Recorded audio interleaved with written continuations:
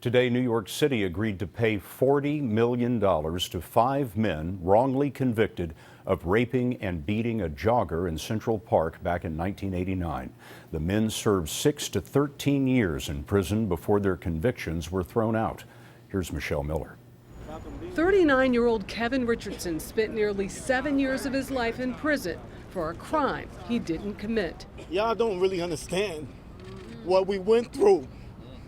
Y'all try to dehumanize us as human beings, but we still here.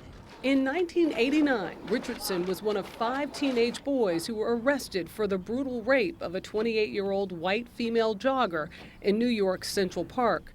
The crime drew national headlines and polarized the city along racial lines. Raymond Santana was 14 years old. You know, these people had their mind fixated on us being guilty. We have tried everything we possibly could to prove our innocence, and our innocence has been proven. They were convicted in 2 separate trials, even though the victim had no memory of the attack and there was no DNA evidence linking them to the crime.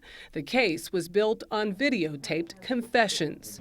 Attorneys for the men said police and prosecutors pressured them into implicating each other.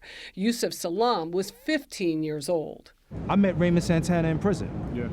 We didn't know each other. We didn't know each other. And they painted this picture as if we all knew each other. We all got together and said, hey man, let's go hang out and do this. And that's not what happened.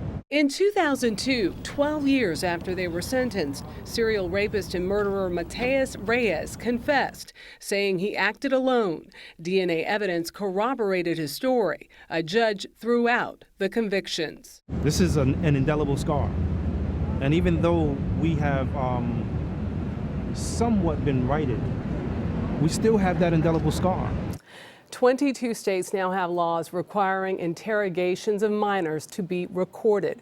And Scott, 15 of those states passed laws after the Central Park 5 were exonerated. Michelle, thanks.